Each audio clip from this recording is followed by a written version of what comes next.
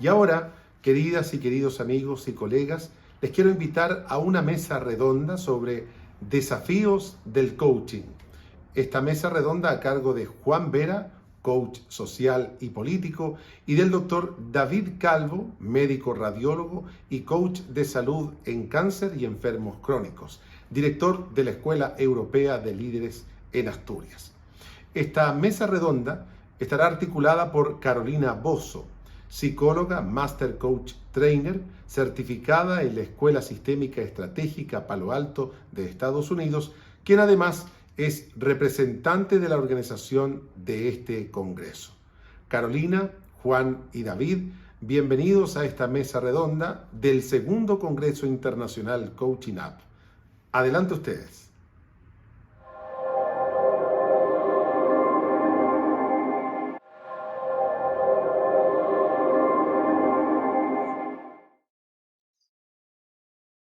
Hola, soy Carolina Bozo y para mí es un honor estar en esta mesa redonda de cierre con Juan y David Calvo, eh, ambos españoles. Juan reside en Santiago eh, y David en Asturias, España. Y contarles que a estos dos grandes coaches los conozco desde hace ya un tiempo, a Juan mucho más tiempo. Hemos hecho bastantes cosas juntos, tanto él en nuestra escuela como yo alumna de él.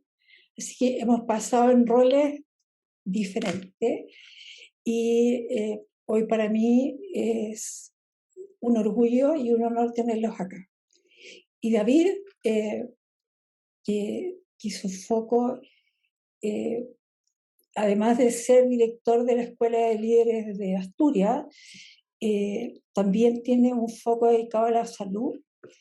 Eh, También es un honor tenerte, David, en esta conversación. Y hemos escrito juntos acerca de la vida y la muerte. Así que tenemos relaciones con ambos cercanas, ¿ya? Entonces, como para iniciar, yo quisiera preguntarles a ambos que después de conocer las interesantes ponencias de los profesionales coaches eh, que han expresado sus ideas y sus experiencias en este congreso, eh, les pregunto a los dos, ¿qué dos o tres mensajes rescatarían de estas ponencias? Bueno, voy a tomar la palabra. Juan. Vale, sí. Lo mismo, ¿te estaba esperando? Sí, entonces yo con mucho gusto, David, por edad, por edad tomo la palabra y digo que hay muchos mensajes en lo que hemos escuchado, sin duda, ¿no? Pero desde este observador particular que soy, yo quisiera destacar cuando Sergio Gallero cita a Alan Watts, ¿no? Y la idea que subyace de que nos cuesta el cambio porque nos cuesta la impermanencia, ¿no? Y eso nos lleva a una comprensión de una forma de ser y estar en el mundo. ¿Qué puede significar esta necesidad de echar raíces en el tiempo en el que vivimos, ¿no? ¿En qué? ¿En dónde? Eso me llevó en su puesta en escena en este congreso, me quedo con su mensaje de que la humanidad que aún habita en nosotros tome el mando, ¿no? Como dice, es necesario que tome el mando. Y me hace pensar que eso solo lo podremos lograr si implicamos convocar desde nuestra humanidad. Él señala que el factor humano puede ser el obstáculo, curiosamente, ¿no? Y que ahí los coaches tenemos algún rol importante que cumplir, ¿no? Sabiendo también los peligros de que el coaching nos lleve a todo lo contrario, a tratar de ser propulsores de una especie de activismo protagonista que llene los egos. Pero me pareció interesante porque creo, y tiene que ver con lo que yo estoy haciendo hoy en día, que esa convocatoria de los otros es relevante hacerlo desde ahí. En el segundo bloque, que trató sobre la educación, yo me sentí muy interpelado porque es un tema que a mí me importa profundamente. Siempre he estado de alguna forma, incluso cuando pasé mi época empresarial, vinculado a la educación. Em, y, y hoy estoy trabajando de nuevo con la Agencia de la Calidad de Educación aquí en Chile. Entonces, ahí hay un tema que tanto cuando habla nuestra compatriota Sara Cobos como Leda Bachor, especialmente hay algo que dijo Leda que me produjo un gran mensaje, ¿no? Y rescato la cita que hacen de Maya Angelou sobre la importancia de cómo somos capaces de hacer sentir. Recuerdo que mi nieta Laura, en mis conversaciones sobre el aprendizaje, ella recién ha cumplido 19 años, yo hace unos años le decía, le instaba a que estuviera más atenta, más cercana. Y ella me dijo, pero abuelo, tú me hablas casi idealmente. A los profesores no les importamos. Ellos van a cumplir un horario y a darnos unas materias. Y tuvimos una conversación que me dejó reflexionando y que tiene que ver con esta idea de Maya Angelou de que lo importante al final va a ser lo que como profesores les hagamos sentir. ¿Qué es aquello que sentimos? ¿Desde qué emociones aprendemos? Recojo por eso lo que Leda plantea sobre la necesidad de ponernos a la altura de los alumnos, a la altura de entender cómo ellos aprenden, no cómo queremos enseñarles. Y me llevó, vuelvo a la conversación con Laura, con mi nieta, a que me hizo recordar que yo siento un profundo aprendizaje de algunos maestros y profesores que me hicieron sentir. Y finalmente quiero rescatar el tercer bloque del coaching social, porque eso, como sabes, Carolina, es el centro de lo que hoy me interesa y por tanto también suscitó todo mi interés. Sobre él espero hablar un poquito más adelante, pero distinguiré, eso sí, entre lo que voy a llamar coaching social y un coaching que quiera mejorar la sociedad a través de distintas líneas. Porque creo que el apellido social implica una estructura distinta. Es igual que cuando yo empecé con el tema del coaching y política, que lo primero que tuve que hacer es decir, el coaching político no es lo mismo que hacer coaching a políticos, porque a un político se le puede hacer coaching siguiendo cualquier camino y a lo mejor es simplemente para hacer otros temas. Para hablar de coaching político, lo fundamental es que tiene que centrarse en quiebres políticos. Y lo mismo pienso cuando estamos hablando del coaching social. Pero por ahí anduve tremendamente interesado en escuchar los estupendos discursos que hemos tenido, ¿no? Gracias, Juan. Pues yo por mi parte, Carolina, lógicamente vamos a coincidir en algunas reflexiones. Yo me he tomado también mis notas de cada ponencia porque en todas ellas he resonado profundamente en algunos aspectos, ¿no? Y me voy a permitir ir saltando de unas a otras. Ha habido organizacionales, de bienestar bien organizacional, con Sergio y Rodrigo. Ha habido educativo, tenemos a Sara y a Leda. Y ha habido social, un coaching social con el que ahora acababa Juan, ¿no? Con María Eugenia y con Eduardo, ¿no? Me voy a permitir empezar por la charla de Sara, que además es compatriota, es española, así que un saludo, Sara. Y me ha gustado mucho cómo ella nos acercaba, cómo había llegado a ella al coaching y a través de las emociones, ese acercamiento. Y nos comenta muy especialmente lo importante que es el aprendizaje experiencial. Hay una cosa que tenemos muy clara dentro del coaching y es que para aprender algo tienes que haberlo sentido, tienes que haberlo grabado con emociones. Además, me ha resultado muy, muy simpático el hecho de que lo ha llamado eslabón perdido, ¿no? Como antropológicamente. las emociones como si fuera un eslabón perdido que no nos han contado. Y luego ha reseñado una frase que a mí me gustaría recordar porque le voy a dar una matización. Es de Maya Angelou, lo pone al final, dice, olvidará lo que cualquier persona, ¿no? Olvidará lo que dijiste, lo que hiciste, pero no el cómo le hiciste sentir. Bueno, yo desde la inteligencia emocional casi siempre suelo poner acento en el hecho de que realmente las emociones son nuestras, la regulación de esas emociones son nuestras, ¿no? A mi hija siempre le digo que la misión en la vida, su misión en la vida es ser feliz, que mi misión puede ser para yo ser feliz, facilitarle que ella sea feliz, pero realmente la responsable de su felicidad es ella misma. Y aprender a regularse en sus propias emociones realmente es una cuestión de ella, ¿no? Si no estamos siempre buscando culpables de qué me has causado tú a mí por lo que yo me siento con ira, con miedo, con tristeza, ¿no?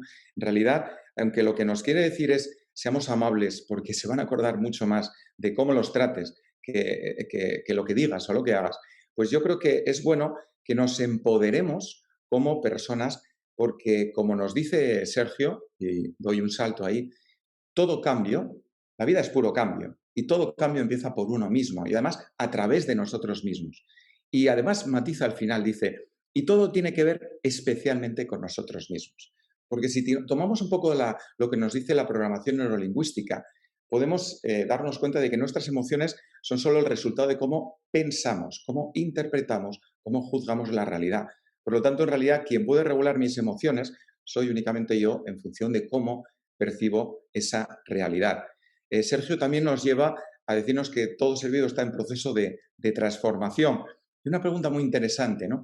Si todo es cambio, nos dice a qué tipo de cambio te estás resistiendo. Porque de hecho, para conocer tus momentos de quiebre, y no solo en la jerga del coaching ontológico, sino emocionalmente, seguramente te darás cuenta de que aquello que te resuena o por de más o por de menos es aquello que es propiamente tu maestro en tu propia evolución, ¿no? Entonces, ¿qué es lo que estamos cuidando y qué es lo que nos resuena, lo que nos chirría? Quiero decir, ahí es posiblemente nuestro gran salto, ¿no? Luego de Rodrigo destacaría, yo este mes he tenido la oportunidad de dar una formación en una empresa y además me ha encantado porque lo ha hecho muy limpio. Rodrigo ha hecho una exposición de las dos estructuras dentro de una empresa que me ha gustado muchísimo, ¿vale? Porque él dice, bueno, dentro de una organización está la estructura formal donde reconocemos cargos y por lo tanto reconocemos la autoridad formal, ¿no? La capacidad que te otorgan formalmente para mandar y dirigir a otras personas, ¿no? Y luego está esa estructura informal en la que nos dice, el área de influencia de una limpiadora puede ser mucho mayor que la de un directivo, que además los directivos muchas veces están en ese mundo de arriba y están muy aislados respecto al resto de personas de la organización. Y por ello, el conocer las dos estructuras, conocer esa cultura, tanto formal como informal, en una institución, en una organización, sea una empresa o pública, privada, da igual, incluso en una familia, es muy importante, ¿no? Unos padres tienen esa autoridad formal, pero luego la influencia puede ser más debida, por ejemplo, a los niños en una familia, ¿no? Y luego nos cita nos cita consultoras como McKinsey, como el MIT, como Harvard, es decir, firmas importantes. Y una de ellas es Google, ¿no? En la empresa Google nos dice, dentro de las 5 dinámicas claves, que todas ellas van en torno a la calidad de las relaciones, nos destaca especialmente la seguridad psicológica. Apunte aquí. La seguridad psicológica especialmente predictora del alto desempeño en una empresa, y es porque así confiamos en asumir riesgos. Entonces ahora vuelvo a dar otro salto y me voy a Leda en su coaching educativo. Porque claro, una profunda reflexión, me encantó cómo lo exponía Leda, nos dice, las personas que ahora están iniciando van a acabar su formación, creo que pone en el 2038, me apunté aquí. Y claro, nos dice, ¿para qué les estamos preparando si yo no sé lo que va a ocurrir dentro de tantos años? Entonces, esa preparación, esa formación, tiene que tener en cuenta que nosotros no sabemos cuál va a ser el mundo que van a vivir. Entonces, preparémoslos no tanto para que hagan un mundo feliz, sino para que tengan competencias, entre ellas emocionales y tan importantes en la educación, para que ellos sean felices y entonces pongan ellos la felicidad en ese mundo. Nos destacaba desde ese vídeo que nos proyecta que hay una serie de emociones que nos ayudan y otras nos impiden. Las emociones que nos ayudan en la formación pues son curiosidad, confianza, calma, tranquilidad, y las que nos limitan, todos sabemos que el miedo, la ansiedad, el estrés, el aburrimiento, la envidia nos limitan para la educación. Y nos dice, no podemos entregar aquello que no tenemos. Bueno, yo aquí me haría una pequeña reflexión, soy médico y además soy profesor, entonces diría, ¿cuántos de los médicos, cuántos de los profesores no estamos adecuadamente, no tenemos competencias emocionales para autorregularnos? Y entonces, ¿cómo voy a dar yo esa competencia? ¿Cómo voy a ayudar a que otros tengan esa competencia? Igual en nuestra formación sería muy importante, y es lo que casi siempre intento hacer en las charlas, digo, es que los médicos no nos formamos para ello, no nos forman en estas competencias emocionales que tanto nos insisten, tanto Leda como Sara, en que para aprender necesitamos conocer esas emociones y además, parafrasea Leda a Pilar Sordo, me encantó esa resucitar, la labor de un coach para un docente es resucitar esa pasión por el cambio en la vida de un alumno, ¿no? Parafraseándolo, ¿no? Es decir, yo me he visto que ha habido alumnos que han resonado con algunas cosas que les he dicho y sobre todo recuerdo mucho más aquellos profesores que me ayudaron a mí a tomar conciencia de algo relevante y a partir de ahí evolucionar. Y en esa evolución llegamos al coaching social. María Eugenia nos lleva a una obviedad, ¿no? Tenemos que trascender esa valoración individualista que muchas veces tenemos en Europa, especialmente en contraposición con el Oriente, ¿no? En darle más valor a lo colectivo, a lo común, porque nos dice, dentro de las herramientas e ingredientes que se utilizan en el coaching social, destaca, y me ha encantado, reconocer el sentido de comunidad y reconocer la conciencia compartida. Es decir, a veces no es tan importante mi propia conciencia, sino que en la conciencia del colectivo, de la comunidad, tengamos todos los elementos, todos los recursos, todas las competencias para poder vivir mejor los unos con los otros. Y yo creo que de eso es de lo que va básicamente el coaching. Nos dice cómo coordinarnos con nuestro opositor, tan importante en el mundo de Juan, ¿no? El mundo del coaching político, en el que parece que el político tiene que, sobre todo, deberse a sus votantes y diferenciarse de otros políticos. Pues no, para una comunidad lo ideal es saber vivir con los que están cerca y vivir con los que están lejos, nos dice María Eugenia, ¿no?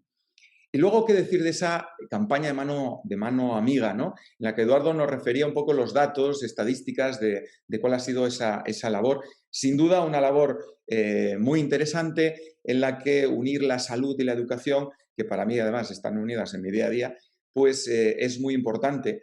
Y me he quedado con la idea de que, bueno, algunas de las intervenciones eran para sanitarios, a que ayudarles a que afrontaran la situación. De nuevo, ¿cómo podemos dar aquello que no tenemos? Si las personas que están ahí en los momentos de crisis de salud o en los momentos de crisis educativa no saben gestionar o no sabemos gestionar nosotros mismos, ¿cuán difícil va a ser más, ¿no? Y luego un pequeño chascarrillo que me apunté casi para mí mismo mientras escuchaba a Eduardo. Todos sabemos que tenemos eso del RCP, ¿verdad? La RCP es la resucitación cardiopulmonar. Y más o menos desde la salud, desde la medicina, nosotros intentamos enseñar al resto de la población a que sepan hacer una RCP porque a cualquier persona le puede dar una parada en cualquier momento y cualquier persona le puede salvar la vida, ¿no? Oye, qué interesante sería, Carolina, Juan, que nosotros tuviéramos nuestra RCP del coaching. Es decir, que en cualquier momento pudiéramos intervenir con una escucha empática, con una escucha cercana, desde el mapa de la otra persona, no desde mi propio mapa, sabiendo escuchar la perspectiva del otro, no la mía, y desde luego, como siempre, desde la asertividad, no facilitando situaciones de victimización. Qué interesante sería eso, porque algunas de las cosas que reseñaba Eduardo en los cambios cualitativos fueron, y me encantó, la gente al menos agradece ser escuchada. Vaya, esto sabríamos hacerlo todo, pero se supone que los coaches sabemos hacerlo mejor, desde luego nos formamos para ello. Qué importante es que nos sepamos escuchar para que, en definitiva, vayamos un poco todos a una, que yo creo que es lo que, entre otras cosas, quieren iniciativas como este Coaching Up, este segundo congreso internacional, para que todos hablemos el mismo idioma y que convivamos mejor los unos con los otros, ¿no? Gracias, David. En este punto, Juan, ¿quisieras agregar algo? No, yo creo que está, o sea, con respecto a los mensajes, yo creo que hemos hecho un recorrido por todas las exposiciones, ¿no? Y que, y que coincidimos fundamentalmente en lo que se ha planteado, ¿no? A mí si tuviera que señalar algunas cosas adicionales muy breves, tendrían que ver que insistir en que el proceso de aprendizaje hoy no es una materia cerrada. Señalaba ahora David esto que Leda plantea. Bueno, en la Agencia de la Calidad de Educación, en la que yo colaboré hace años y ahora he vuelto en este gobierno a colaborar, es evidente que, que todos los especialistas te dicen, no tenemos ni idea de qué se va a requerir en el plazo de 15 años, o sea, antes incluso de que salgan estos chicos. Entonces, tal vez lo único que podamos hacer de ellos es buenas personas, buenos ciudadanos. Tal vez lo que hace falta solidificar es el interior, es que sepan conocer a sí mismos, ¿no? Y que de alguna forma tengamos en cuenta de que el aprendizaje siempre es individual, pero se logra mejor cuando es colectivo, cuando se provoca esa inteligencia colectiva. Por eso, junto con esta idea de la calma, la reflexión, a mí me gustó ese proverbio africano de que hace falta la tribu entera para que se produzca el aprendizaje, ¿no? Dejaría esta frase para, para que tú nos puedas seguir preguntando cosas. Sí, gracias, Juan. Bueno, y David, ¿cómo relacionas lo expuesto, cierto, por los ponentes en tu calidad de director de la Escuela de Coaching de la Escuela Europea de Líderes de Asturias y también en lo que compete con tu experiencia en coaching aplicado a la salud? Bueno, yo creo que se ha notado un poco que en realidad en todas ellas he resonado. Fijaos, a mí tirando de la salud, a mí siempre me gusta, allá donde toca, ¿no?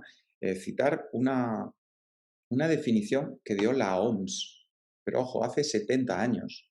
La OMS hace 70 años, los popes de la salud a nivel mundial, en la Organización Mundial de la Salud, dijeron, la salud no solo es la ausencia de enfermedad, la salud es la integridad, el bienestar completo, tanto en lo biológico como en lo psicológico, y con ello incluyo las emociones, la salud mental, como en lo social.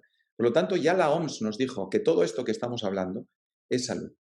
Lo que pasa que, claro, no toda esta es una salud que deba trabajar el médico, aunque estaría muy bien que todos los médicos supiéramos de ello. Porque cuando yo me siento salud dentro de mi cuerpo, también siento salud dentro de mis emociones, aprendo a gestionarlas bien, aprendo a comprender las mías y con ello voy a aprender a gestionar mejor las formas de expresión de los demás que sin duda tienen mucho que ver con las emociones que en ese momento están sintiendo. Y a nivel social es exactamente lo mismo, está en la definición de la OMS de salud. Y por lo tanto, esta visión tan de corto espacio, no en el tiempo, pero sí cortoplacista del espacio, que tenemos muchas veces los médicos y que dentro de la medicina manejamos, si la lanzamos a un coaching social, como nos han comentado en María Eugenia, en el coaching social, en realidad podríamos extenderlo a todos. Para mí, la salud es no solo estar yo sano, sino estar el entorno sano. Y así un resonar conjunto en el que podamos co-crear una realidad que percibamos de forma adecuada. Yo creo que esa es la mejor manera. Ultimando con la reflexión de Sergio, que además se la dije personalmente, Sergio, me ha gustado mucho, porque yo también creo, de hecho yo lo vivo y lo he vivido y lo sigo viviendo en mi vida, todo cambio está en mí. Como decimos en el coaching, no se trata de cambiar la realidad, sino de cambiar el tipo de observador que eres y de comprender que es tu manera de percibir la realidad la que te lleva a sentir lo que sientes. Por lo tanto, yo puedo regular mis emociones por regular la comprensión de lo que yo mismo estoy interpretando en esa realidad. Ok, gracias, David. Y Juan, ¿tú cómo conectas el coaching social y político con lo que estamos hablando? Bueno, de hecho, se ha hablado en un bloque de coaching social directamente, ¿no? aparte del estupendo experimento, ¿no? que nos han planteado, Maru entra en él. Con Maru hemos hablado muchísimo sobre estos temas. Ella primero fue alumno del programa de coaching de Política y Poder. Ahí nos conocimos en México hace mucho tiempo. Y ahora después también estuve en Articular, ¿no? En este programa que me encanta y que me ha llevado, me produce una gran pasión haber desarrollado, ¿no? Entonces está ahí. Pero sí quisiera matizar alguna cosa. Por ejemplo, el decir que podemos hablar de coaching social en la medida en que hay quiebres sociales. Que realmente hoy podemos decir que nuestra sociedad, no la de un país de algún lugar, sino casi todos los países se encuentran en situaciones de quiebre social, porque de hecho la democracia, que es el régimen más aplicado, se encuentra en una suerte de quiebre, ¿no? Entonces, existen quiebres sociales, podemos hablar por tanto de un coaching social. En muchos países hablan de la grieta, como por ejemplo en Argentina, de las brechas. Y por supuesto podemos hablar de coaching en la medida en que muchos de nosotros consideramos que el coaching lo que produce es un cambio en el observador que somos. Y pareciera que en este momento no solamente hace falta un cambio en el observador que somos como individuos, sino en la propia sociedad que observa, como un observador colectivo. Cuando hablamos de culturas hablamos también de observadores colectivos. Entonces creo que hace falta cambiar el observador social que estamos siendo en distintas comunidades. ¿Cómo hacerlo? Sí, yo creo que a través de nuevas conversaciones. ¿Cómo creamos redes de conversaciones que no solo sean distintas en su temática porque tengan que ver con lo que nos está pasando con respecto a la forma en que vivimos en comunidad, entendemos la convivencia, entendemos la inclusión, entendemos las diferencias, sino que hay que hacer un esfuerzo para que esas nuevas conversaciones también sean entre participantes nuevos. Yo me pregunto de que y me lo he preguntado en la política muchas veces y con mis coaches, es de si siempre conversamos los mismos, es probable que avancemos menos. Pero hay muchos actores que han permanecido invisibles hasta ahora y que afortunadamente, desde mi punto de vista, cada vez tienen mayor relevancia. Entonces, ahora, tal vez lo primero que hay que hacer en el coaching social es producir la interlegitimación de las partes, que las partes se puedan sentar a conversar.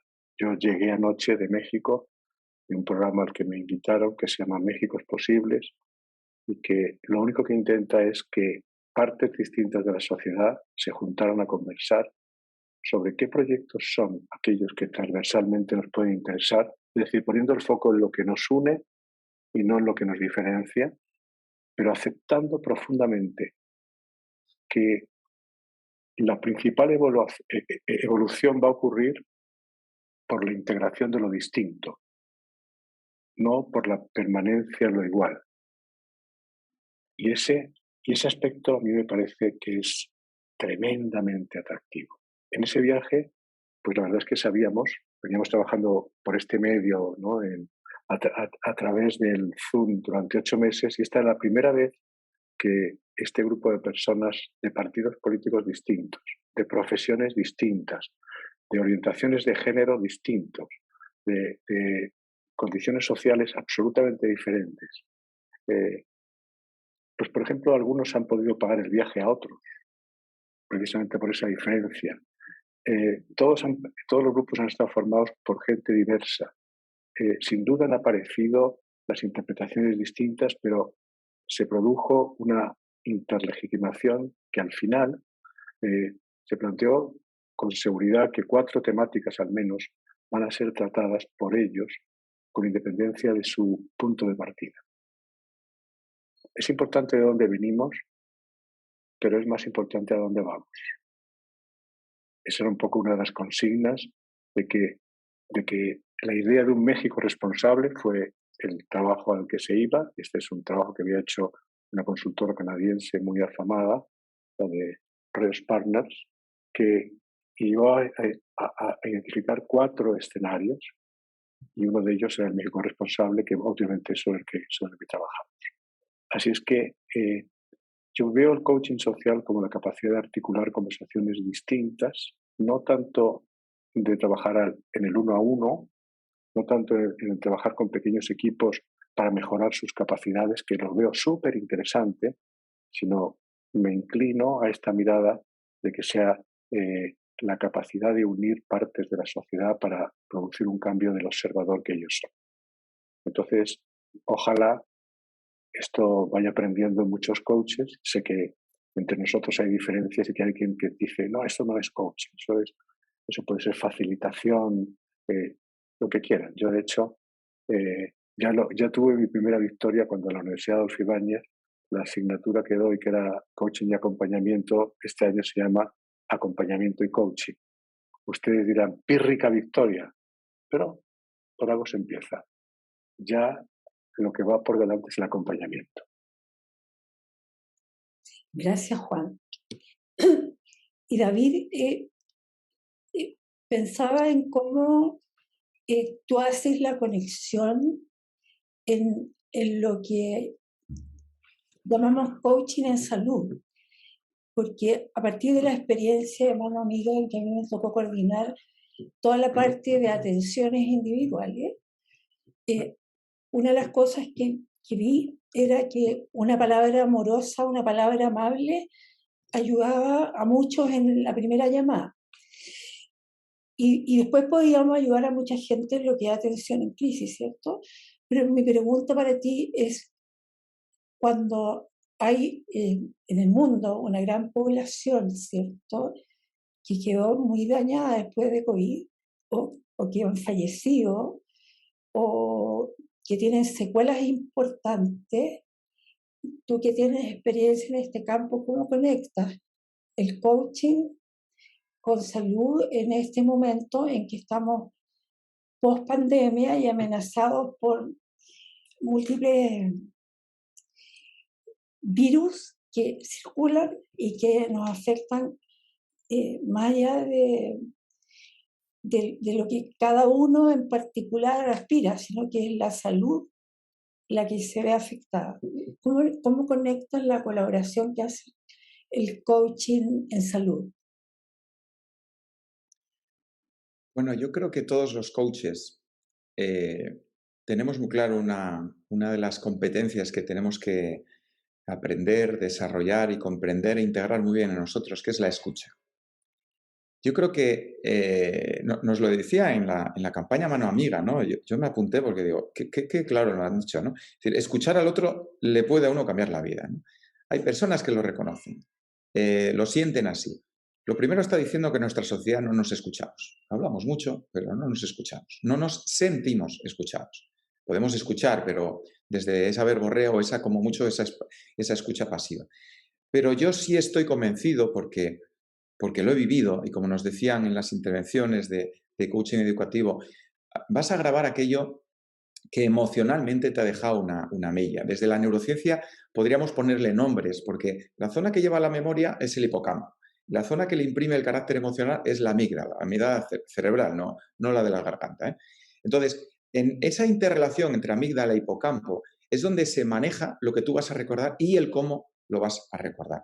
Por lo tanto, si nosotros queremos estar cerca de una persona que está viviendo un momento de crisis, no solo de salud, normalmente estamos hablando de una crisis vital, una crisis existencial, cuando realmente una persona se enfrenta en situaciones con enfermedades graves, no está teniendo una crisis biológica de tengo un hígado más enfermo, tengo un cerebro más enfermo, tengo un corazón, tengo una pierna. Está valorando cómo va a ser su existir a partir de ese momento. Entonces yo creo que lo más importante, lo primero es decir, estoy aquí, tener la mano tendida a la manera de un coach, es decir, desde la escucha empática, desde ponernos en el lugar del otro, no yo como médico decir lo que tiene que sentir, que no, eso no tiene ningún sentido. Entonces, esa escucha es la que te va a acercar, es la que te va a dar ese rapport, esa sintonía con la persona. Y esa persona puede hacer cosas tan maravillosas como poner en orden sus cosas, como sentirse vulnerable y de esa vulnerabilidad darse cuenta de su fortaleza. Y es que su fortaleza es que solo esa persona es capaz de armonizar su vida, independientemente de lo que ocurra en el otro lado, en eso que llamamos lo exterior, en esa realidad tal y como la percibimos.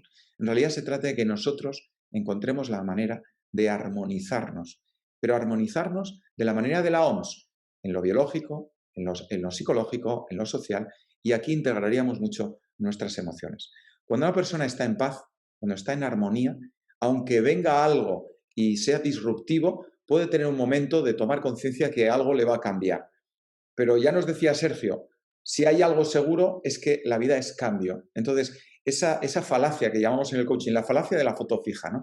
Vivimos como si las cosas no cambiaran. Si yo conozco a Carolina, creo que hoy Carolina es la misma que hace un año. Carolina, no hace falta decir nada, pero tú no eres la misma, ¿verdad? Porque hemos vivido cosas diferentes. Yo soy distinto como observador y tú eres diferente también como observadora y como ser. Hemos evolucionado.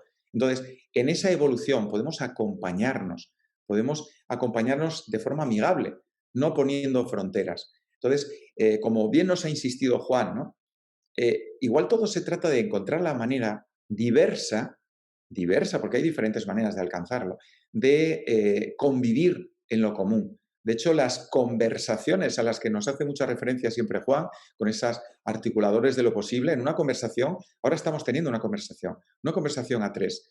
Y en la conversación hay diferentes interlocutores. Nos comunicamos viene de común. Es decir, ¿qué pretendemos hacer?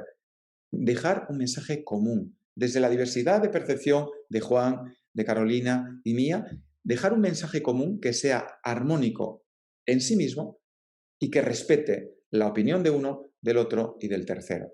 Yo creo que eso lo podemos lograr y en eso los coaches creo que podemos aportar mucho, sinceramente. Gracias, David. Bueno, y ahora quisiera dejar este espacio como para que genere una interacción entre tú, Juan, y David en relación a qué preguntas se harían ustedes, ¿ya? Por una parte. Y segundo, qué mensajes